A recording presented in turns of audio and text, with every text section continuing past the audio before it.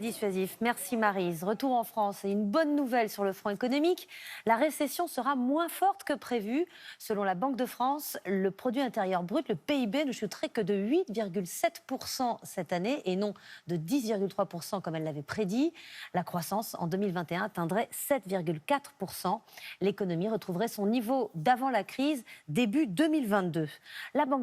Le secteur aérien souffre particulièrement de la crise. On l'a dit, hier le ministre néerlandais des Finances estimait que la survie de Air France KLM n'était pas acquise.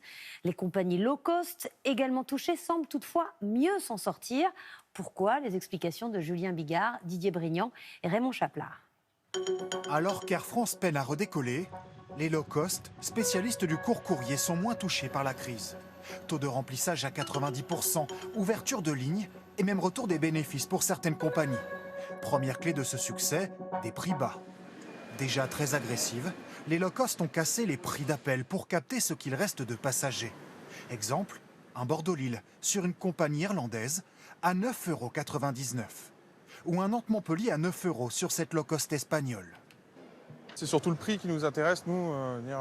On a payé 120 € à deux pour faire l'aller-retour Brest-Nice. Donc c'est déterminant. Les compagnies à bas coût ont aussi ouvert de nouvelles destinations lucratives. Au total, une vingtaine de liaisons franco-françaises pour répondre à la demande des vacanciers restés dans l'Hexagone pendant l'été. Strasbourg-Biarritz, Brest-Nice ou encore Lille-Perpignan. Dans le même temps, les destinations européennes non rentables ont été fermées. Une flexibilité propre aux compagnies à bas coût. Les grandes compagnies traditionnelles ont une certaine inertie. Et pour lancer de nouvelles lignes, il faut des accords, notamment des syndicats. Il faut aussi toute une logistique à mettre en place. Alors que ces compagnies-là, c'est très rapide. Elles ont presque, j'ai envie de dire, des salariés jetables avec des coûts sociaux qui sont excessivement faibles. Elles peuvent très facilement recruter pour 2-3 mois. Des coûts budgétaires effectivement radicales. Un poste sur 3 en moins envisagé par EasyJet. 1000 licenciements pour la hongroise Wizz Air. Sans compter les baisses de salaire imposées comme chez Ryanair. Des coupes drastiques qui permettent au low cost de limiter les conséquences de la crise. Le groupe d'ameublement Alinéa va être repris par son propriétaire actuel, mais sans ses dettes et avec la moitié de ses salariés. 992 seront licenciés. Le tribunal de commerce de Marseille a validé l'offre des actionnaires de l'enseigne. Ils étaient les seuls candidats à avoir formulé une offre de reprise partielle. C'était au tour des policiers d'être entendus aujourd'hui au procès des attentats de janvier 2015. Les policiers qui ont tenté d'arrêter les frères Kouachi, fuyant après l'attaque de Charlie Hebdo. Ceux qui assistèrent, impuissants, à l'exécution de leur collègue Ahmed Merabet. On retrouve Nathalie Pérez en direct du tribunal de Paris. Nathalie, la famille d'Ahmed Merabet était à la barre ce matin. Oui, effectivement, et c'est ce qui a marqué cette journée d'audience, le témoignage des sœurs d'Ahmed Merabet, ce policier tué à bout portant par les frères Kouachi. Des sœurs inconsolables venues parler de leur frère adoré qui était devenu chef de famille à la mort de leur père. Ce frère dévoué, généreux, qui rêvait de faire carrière dans la police. Et puis, il y a eu cette autre sœur venue raconter que ce 7 janvier 2015, elle était chez elle, devant son téléviseur. Elle voyait passer en boucle les images de cet homme à terre, suppliant les frères Kouachi de ne pas l'abattre, alors qu'elle ignorait encore que cet homme, c'était son propre frère. Et de conclure en larmes, cela fait 5 ans que l'on voit sans arrêt ces images diffusées. Ma famille et moi, on souhaiterait que ça cesse pour qu'enfin, on puisse faire notre deuil. Merci Nathalie.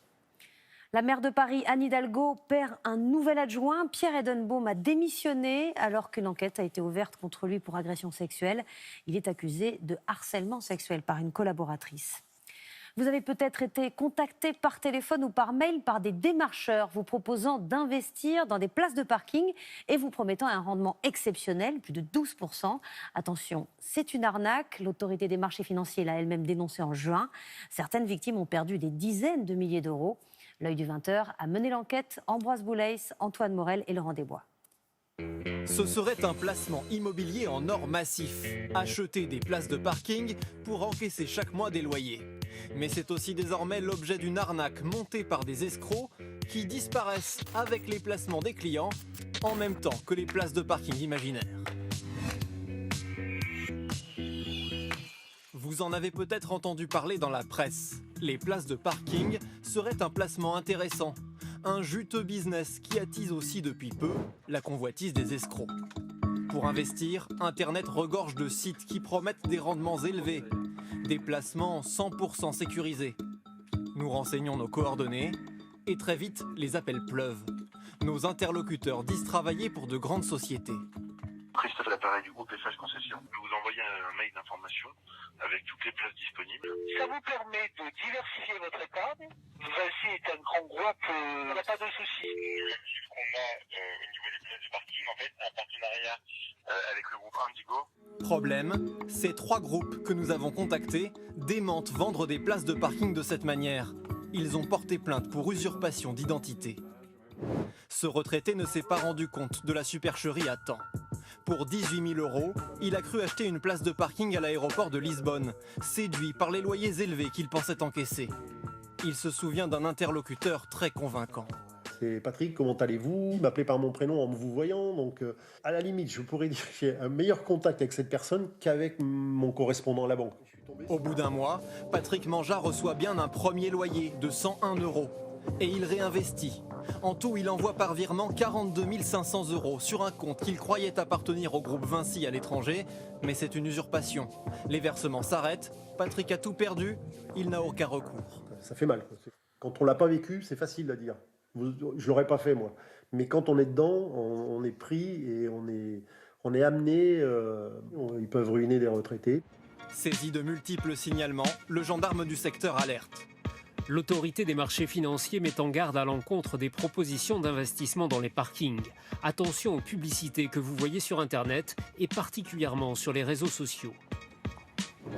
À Nancy, une association de défense des consommateurs tente de fédérer les victimes de cette arnaque. Une centaine se sont déjà signalées et ça continue. Ah, c'est tout le temps, hein. Tout le temps, tout le temps. Tout dossier confondu, on est entre 25 et 30 000 € de moyenne. Pour certains, le préjudice peut atteindre plusieurs centaines de milliers d'euros. Selon Guy Grand-Girard, derrière ces arnaques se cacheraient des réseaux qui opèrent depuis l'étranger et séduisent par des rendements trop alléchants. Parce que 12% de rendement, évidemment, personne ne peut faire ça. Pour l'heure, les plaintes des victimes sont restées sans suite. L'association espère qu'une plainte collective intéressera plus magistrats et enquêteurs, car en attendant, l'arnaque continue. Faut-il tout faire pour maintenir les écoles dans les villages qui se dépeuplent parce que cela permet de préserver l'activité, la vie? L'an dernier, nous étions rendus à Gansville, en Seine-Maritime, dont l'école primaire était menacée. Le maire se battait pour éviter la fermeture. Nous avons voulu savoir s'il avait remporté son combat. 20h la suite est signé Anne Guéry et Francis Simoès. Il y a 1 an et demi, le village s'est battu pour conserver 2 classes dans l'école. Un village normand au milieu des champs et quelques 500 habitants tous mobilisés pour sauver, malgré les suppressions de classes, ce qui fait l'âme du bourg, l'école. Quand nous avions rencontré le maire en avril 2019, il était sur le pied de guerre. L'éducation nationale venait de fermer une des 3 classes. Alors voilà, la classe, c'était la classe de CE2, CM1, CM2. À l'époque, il craignait de perdre encore un autre niveau l'année suivante, notamment les CP, CE1. Il craignait que l'école finisse par disparaître. On va se retrouver avec une classe unique et il y aura 5 niveaux dans une classe. Donc les parents d'élèves vont enlever leurs enfants et l'école va mourir toute seule. Aujourd'hui, le scénario qu'il redoutait s'est en partie réalisé. Une 2e classe a fermé. Il n'y a plus qu'une classe unique. Oh, ça sert plus à rien d'être en colère. Donc un peu triste. Très triste. Triste, car la classe unique a effrayé certains parents qui ont scolarisé leurs enfants ailleurs. Du coup, 56 élèves il y a 3 ans, plus que 21 aujourd'hui. Eux ont décidé de rester pour le CP des jumeaux. Est-ce que tu es content de reprendre l'école? Oui. Pourquoi? Parce que je vais revoir mes copains. Ah oui. Papa et maman aussi, ils sont contents que vous retourniez à l'école d'ailleurs. Contents, oui, mais conscients que ça ne va pas être aussi simple la classe unique. De la maternelle au CM2 dans la même classe, il faut un peu de méthode Coué pour y voir des avantages. Les grands, ça les responsabilise, les petits, ça les fait grandir, ils entendent ce que les grands font à côté. Ils ont raison, l'éducation nationale, de supprimer des classes, si je vous écoute. Non, ils n'ont pas raison. Et nous, surtout, ce qui nous tenait à cœur, c'était de sauver l'école du village. Parce qu'un village sans école, c'est un village qui meurt. Bonjour. Impossible de demander l'avis de la maîtresse. Bonjour Lucie, enchantée. L'éducation nationale ne nous a pas autorisés à filmer la classe unique. Un coup d'œil à la cour de récréation à 15 h, on voit bien l'avantage pour les petits de côtoyer les grands qui sont bienveillants. Mais pour les grands, c'est une autre histoire. Les petits t'énervent un peu? Un peu parce que quand il y a trop de bruit, à un moment, ça commence un peu à m'énerver parce que j'arrive pas à me concentrer. Et vous pensez que ça la préparera pas assez à la 6e? Être dans une classe comme ça? Non. Non, parce que quand déjà ils sont très peu. Donc quand vous arrivez dans un collège avec 700 personnes, ils sont dépaysés. Des parents qui ont accepté de jouer le jeu de la classe unique pour sauver la petite école rurale.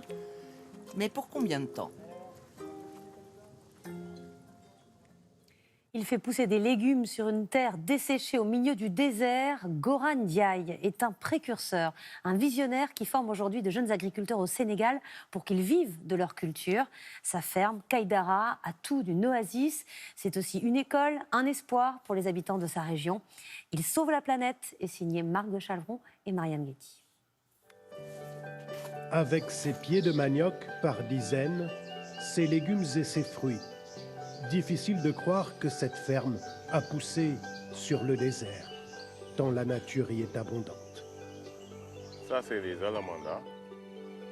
C'est important parce que ça attire les oiseaux, ça attire les abeilles. Il y a 15 ans, il n'y avait rien d'autre que du sable ici. Tout est sorti de terre par la volonté de cet homme, Goran Ndiaye, autodidacte et pionnier de l'agroécologie en Afrique. Ok, super. Oui, c'était désertique. Il n'y avait pas un seul arbre ici. Tout était sec ici et c'était même un terrain de football pour les jeunes du village. Rassuré par la présence de l'eau à 4 mètres en sous-sol, Goran Ndiaye rachète cette terre pour une bouchée de pain et commence à la faire revivre. Il n'y avait rien du tout. Donc la première chose, c'est de restaurer la fertilité du sol, créer le premier étage végétal avec les arbres. Goran Ndiaye plante son premier cocotier, puis des dizaines d'autres, sous le regard incrédule des paysans de la région. Et je savais qu'ils me traitaient de fou. Ils ont vu